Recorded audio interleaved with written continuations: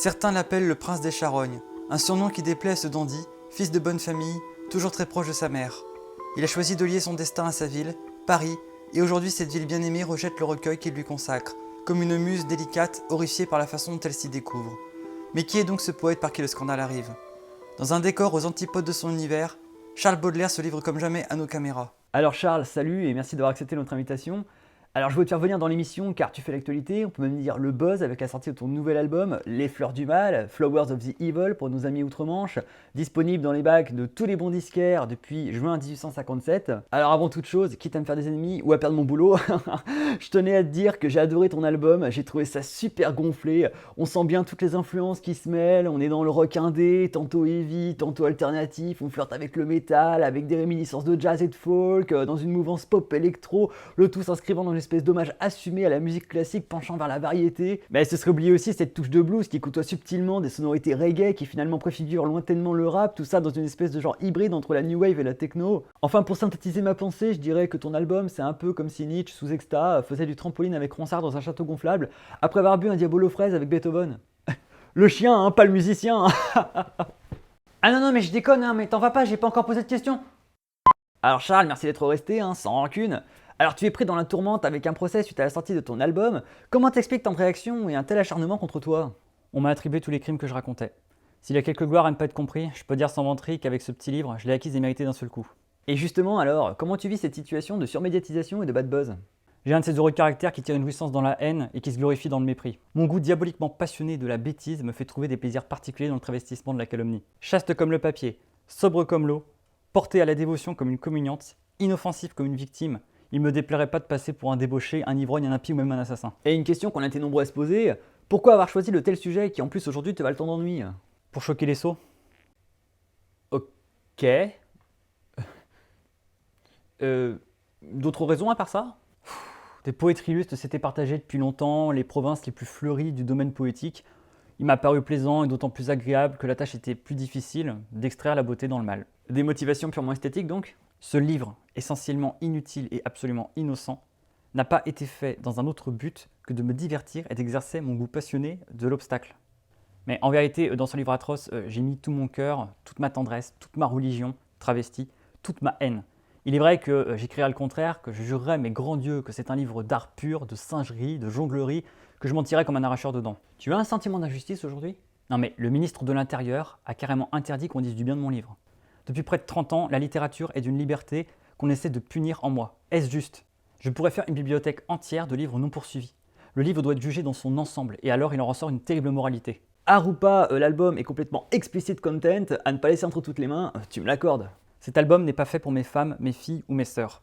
Il est d'ailleurs d'un prix élevé, c'est déjà une garantie importante. Je ne m'adresse donc pas à la foule.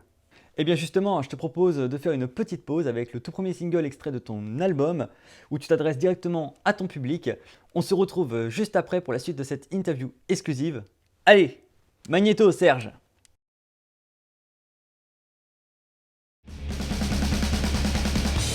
La sottise, l'erreur, le péché, la lésine occupent nos esprits et travaillent nos corps. Et nous alimentons nos aimables remords comme les mendiants nourrissent leur vermine. Nos péchés sont têtus, nos repentirs sont lâches. Nous nous faisons payer grassement nos aveux. Et nous rentrons gaiement dans le chemin bourbeux, croyant par de viles pleurs laver toutes nos tâches. Sur l'oreiller du mal, c'est Satan trimégiste qui berce longuement notre esprit enchanté. Et le riche métal de notre volonté est tout vaporisé par ce savant chimiste. C'est le diable qui tient les fils qui nous remuent. Aux objets répugnants nous trouvons des appâts. Chaque jour vers l'enfer nous descendons d'un pas, sans horreur, à travers des ténèbres qui puent. Ainsi qu'un débauché pauvre qui baise et mange le sein martyrisé d'une antique catin, nous volons au passage un plaisir clandestin que nous pressons bien fort comme une vieille orange. Serrés, fourmillant comme un million d'helminthes, dans nos cerveaux ribote un peuple de démons. Et quand nous respirons, la mort dans nos poumons descend, fleuve invisible, avec de sourdes plaintes. Si le viol, le poison, le poignard, l'incendie n'ont pas encore brodé de leur plaisant dessein le canevas banal de nos piteux destins, c'est parce que notre âme, hélas, n'est pas assez hardie. Mais parmi les chacals, les panthères, les lys, les singes, les scorpions, les vautours, les serpents, les monstres glapissants, hurlants, grognants, rampants, dans la ménagerie infâme de nos vices, il en est un plus laid, plus méchant, plus immonde. Quoiqu'il ne pousse ni grand geste ni grand cri, il ferait volontiers de la terre un débris, et dans un bâillement avalerait le monde. C'est l'ennui. L'œil chargé d'un pleur involontaire, il rêve d'échafaud en fumant son bouca. Tu le connais, lecteur, ce monstre délicat, hypocrite lecteur, mon semblable. mon frère.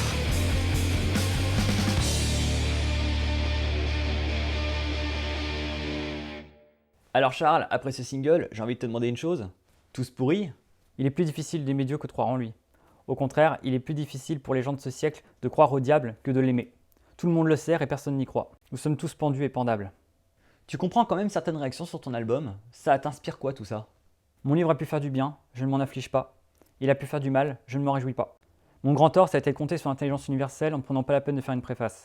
La France traverse une phase de vulgarité. Paris est le centre et le rayonnement de la bêtise universelle.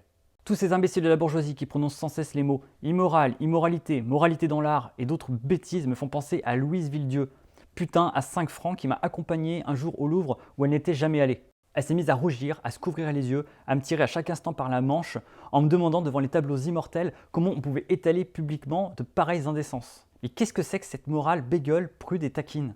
Cette morale qui irait jusqu'à dire « Désormais, on ne fera que des livres consolants et servant à démontrer que l'homme est né bon et que tous les hommes sont heureux. » Abominable hypocrisie. Aucun respect humain, aucune fausse pudeur, aucune coalition, aucun suffrage universel ne me contraindront à parler le patois incomparable de ce siècle, ni à confondre l'encre avec la vertu. Et pourquoi ne pas t'être exprimé plus tôt dans les médias pour clarifier les choses?